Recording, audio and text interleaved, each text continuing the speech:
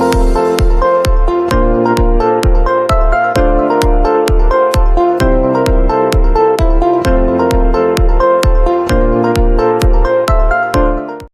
morning, good afternoon, good evening.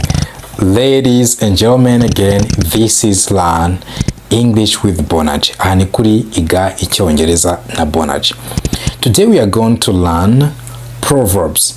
Uyu munsi tugiye kuba twakwiga imigani migufi y'Icyongereza. We are going to learn English through Proverbs. Tugiye kwiga Icyongereza dukoresheje imigani y'imigenurano.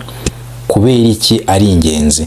Ni ukubera yuko umugani mugufi ushobora kukoresha ugatanga ubutumwa bwagutse ukoresheje amagambo make. Mandi magambo ushobora gutanga igika utiriwe uvuga amagambo menshi, wowe ukoresheje interuro imwe ariko utanze ubutumwa bwagutse. Urabizi no mu Kinyarwanda. Mu Kinyarwanda bibaho umuntu ashobora gukoresha umugani umwe gusa ariko kumva kugeze ku mutima cyangwa se ugukozeho, which is why you should even know English proverbs. Ariyo mpamvu ukeneye kwamenya imigani migufi y'Icyongereza kugira ngo ube ushobora kwatanga ubutumwa cyangwa se baguha ubutumwa ugahita wumva message. That's what you are going to be learning. Nibyo tugiye kwa twiga, and I'm sure you're going to enjoy this lesson. Iri somo ndabizi neza yuko uri buze kurikunda. Turaza kuba dukoresha amashusho n'interuro cyangwa se n'imigani nyigusobanurira kugira ngo umenye igihe cyo kuba wayikoresha. That's what you are going to be doing. Now, before we start the lesson, I want you to know that we can teach you wherever you are. Aho uri hose twakwigisha. If you are in USA, Canada, Europe, or any part of the world, and you feel like you want to learn with us, we can teach you via Zoom. Ubaye uri muri Canada, muri Amerika, muri Europe n'ahandi hose ku isi, ukaba wifuza kwigana natwe, turagukurikirana ku murongo kuva utangiye cyangwa se waba urimo hagati ushaka ngo uzamure hejuru kugeza igihe uvuga Icyongereza nta kibazo. Dufite amasomo meza ateguye neza, nibi tugiye kukwigisha ni ibintu already bisanzwe biteguye. Enough introduction, now let's start the lesson of today. Reka dutangire isomo ry'uyu munsi. Alright my friend, let's learn these proverbs. Reka twige iyi migani. Ubundi imigani ifasha kuba watanga ubutumwa ku buryo bworoshye. So knowing proverbs is crucial. Kumenya imigani migufi ni ikintu cy'ingenzi cyane. We are going to learn English through proverbs. Tugiye kuba twakwiga imigani migufi, tugiye kuba twakwiga Icyongereza dukoresheje imigani migufi cyangwa se wanayita imigani y'imigenurano. Now, what is a proverb? Ushobora kumanza wakibaza ngo ubundi proverb ni iki? A proverb are the traditional sayings of a country. N'amagambo cyangwa se n'imvugo z'igihugu runaka, bishobora no kuba ari agace runaka. They are short, aba ari magufi, clever sentences, akaba ari interuro ziba zirimo ubwenge, that usually offer life advice. Zikaba ari interuro ziba zitanga amasomo ku buzima. Native English speakers often use them. Abakavukire b'Icyongereza barayakoresha cyane in conversation without even realizing it. Bakayakoresha mu biganiro rimwe na rimwe ntibanamenye yuko bayakoresheje kubera yuko nyine it's part of their life. Biba ari igice cy'ubuzima bwabo, bahora bayakoresha. Niyo mpamvu bakoresha izi sayings cyangwa se proverb kuko nyine biba byarabinjiye. Nawe rero ukeneye kubimenya kubera ko ukeneye gusobanukirwa Icyongereza. The first proverb ya mbere tujye kurebera avuga ngo a glass is always greener on the other side of the fence. A glass is always greener on the other side of the fence. Biravuze ngo icyo udafite cyangwa se icyo undafite igihe cyose ubona ari cyo cyiza. Okay, igifitwe n'undi ubona ari cyo cyiza. A glass is always greener on the other side of the next kureba iravuga ngo don't judge a book by its cover. Don't judge a book by its cover. Bivuze ngo ntuzafate igitabo ngo ugicire urubanza urebye igifuniko cy'inyuma gusa. Mu yandi magambo, ntukabone umuntu ngo umurebeye inyuma ngo uvuge ngo wamumenye, ngo uvuge ngo uyu ni umuntu mwiza cyangwa se uyu muntu ni umuntu mubi, uyu ni umukene cyangwa uyu ni umukire, urebye uko yambaye cyangwa se uko agaragara. Oya, don't judge a book by its cover. Okay, ntukarebera umuntu inyuma ngo uhite uvuga ngo wamusobanukiwe. Niko iyi proverb. Next proverb yo iravuga strike while the iron is hot. Strike while the iron is hot bivuze ngo ihene uyifatirana igihebeba, cyangwa se mu gihe ugize amahirwe ugomba kuyafatirana ukiyabona. Strike while the iron is hot, dusobanuye amagambo yanditse biravuze ngo ugomba gukubita icyuma mu gihe kigisuse. Ni ukuvuga ngo nk'umucuzi iyo ari gucura icyuma gisuse kiba kigondeka, bishobora kuba wagikuramo icyo ushaka, niyo mpamvu ugomba kugikubita mu gihe kigisuse. Strike ubundi ni ugukubita, while mu gihe, the iron ni icyuma cyitwa iron, is hot gisuse. Strike while the iron is hot, ugomba gufatirana amahirwe mu gihe. Here the next proverb iravuga ngo too many cooks spoil the broth. Too many cooks ni abatetsi benshi. Too many cooks spoil the broth, ni ngo abatetsi benshi ntibaryosa isosi cyangwa se bangiriza ibyo bari guteka. Ubundi turavuga mu Kinyarwanda ngo abahigi benshi bayobya imbwa, nibyo too many cooks spoil the broth, nibyo bishobora kuba byahura. Too many cooks spoil. Next one is when in Rome, do as Romans do. When in Rome, do as Romans do. Dufite indi bijyanye mu Kinyarwanda ivuga ngo ugiye uryasazi azirya mbisi. Ariko hano birasobanura ijambo kurindi, iyo uri Roma ukora nk'abanyeroma. When in Rome, do as Romans do. Yandi magambo ugiye uryasaza azirya mbisi, wisanisha n'abusanze. When in Rome, do as the Romans. Next one iravuga ngo many hands make light work. Bango iyo abantu bahuriye ku kazi bituma koroha. Many hands make light work. Mandi magambo arindi proverb ivuga ngo united we stand, divided we fall. Iyo twihurije hamwe tuba abanyambaraga, twakitandukanya tukaba abanyantege nke. Many hands make light work. Many hands ni ibiganza byinshi, light ni ikintu cyose to make no gukora, work na akazi. Bango ibiganza byinshi iyo bihuriye ku kintu kimwe akazi karoroha, karangwa. Ubundi light ni ikintu cyanguse. Many hands make light work. Wait, my friend. Wait. If when you are speaking, you feel like you don't have enough words to use to express your ideas, niba igihe uri kuvuga ujya wumva amagambo akubana make yo gusobanura ibitekerezo byawe cyangwa utambutsa ubutumwa ushaka gutambutsa, this is a book for you. Iki gitabo kirimo inyunguramagambo z'Ikinyarwanda ndetse n'Icyongereza, English and Kinyarwanda dictionary. I'm telling you, this is a book that you will thank me if you get it. Iki gitabo nukibona uzanshimira. Next one, we have this book here. Iki gitabo kirimo dialogue cyangwa se ibiganiro. Igitabo cy'ibiganiro cyagufasha kuba watambutsa ubutumwa ku buryo bwiza cyane, kuko harimo topics zitandukanye, ndetse kuri buri topic hakaba harimo dialogue eshatu zigiye zitandukanye zagufasha kuba waganira n'abantu. Izi dialogue zirimo zisobanuye no mu Kinyarwanda, hakabamo irregular verbs, hakabamo phrasal verbs. I'm telling you, this is a book that you need. Iki ni gitabo ukeneye. And here with me again, I have another book. Mfite ikindi gitabo hano cya understanding verbs, cyo gufasha gusobanukirwa inshinga. Iyo dusobanura ibikorwa tuvuga byose ni inshinga burya tuba dukoresha. If you need to understand verbs, this is a book that can help you. Kirimo regular verbs, ndetse kuri buri nshinga hakabaho urugero kuri buri nshinga. Ikindi nanone kiyongera ku iki gitabo harimo irregular verbs, inshinga zidakurikiza amategeko, hakabamo na modal verbs. Modal verbs ni inshinga z'icyiciro cya kabiri dukoresha twunganira. Of course, n'icyiciro cya mbere auxiliary verbs nazo zirimo zisobanuye neza. Nanone hakiyongeramo 12 tenses, ibihe 12 by'icyongereza.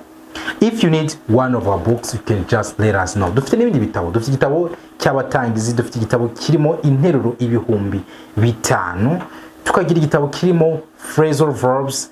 I'm telling you, dufite igitabo kirimo grammar. If you need one of our books, just contact us. You can get our number and let us know. We can help you to get the book. Let's continue the lesson. Reka dukomeze isomo ry'uyu munsi. Next one is When in Rome, do as Romans do. When in Rome, do as Romans do. Dufite indi bijyanye mu Kinyarwanda ivuga ngo ugiye uryasazi azirya mbisi. Ariko hano birasobanura ijambo kuri indi, iyo uri Roma ukora nk'abanyeroma. When in Rome, do as Romans do. Yandi magambo ugiye uryasazi azirya mbisi, wisanisha n'abusanze. When in Rome, do as the Romans do. Next iravuga ngo don't close the bridge until you come to it. Don't close the bridge until you come to it. Iravuze ngo ujye uhangana n'ibibazo ari uko uhuye nabyo, wijya guhangana n'ibibazo bidahari. Niba bihari bona ujye guhangana n'ibyo bibazo.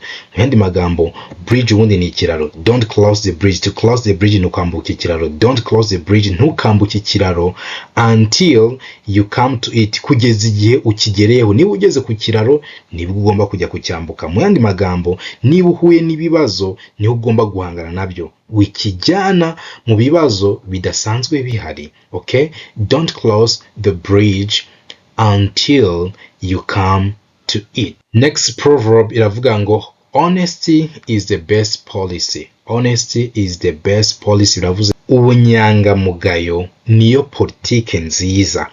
Honesty is the best policy. Ubunyangamugayo niyo politike nziza. Next proverb iravuga ngo practice makes perfect. Practice makes perfect.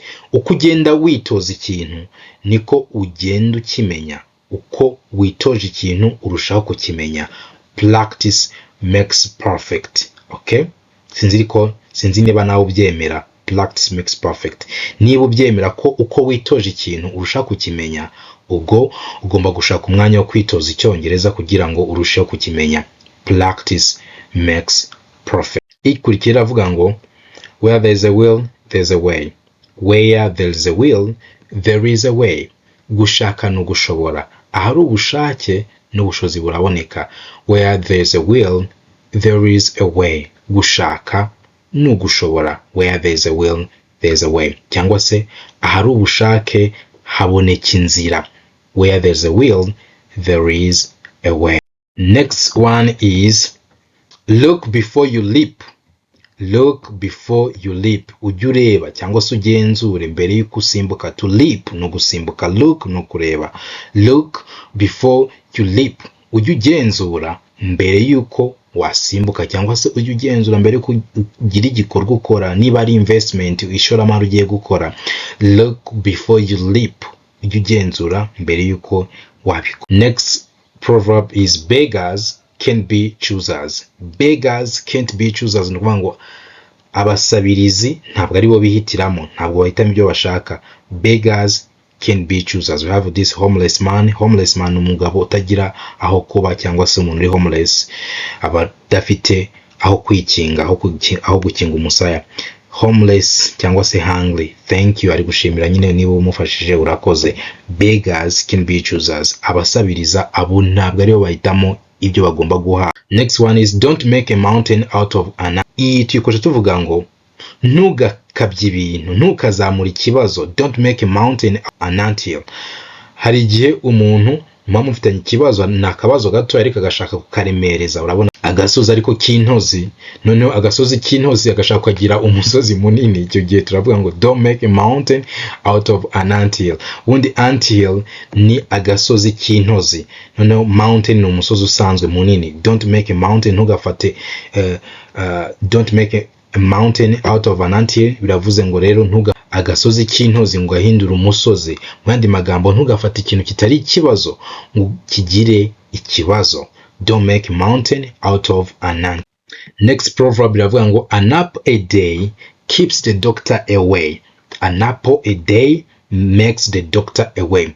Pome imwe ku munsi ishira muganga kure yawe. Mu yandi magambo, ukuriye neza bikurindira ubuzima.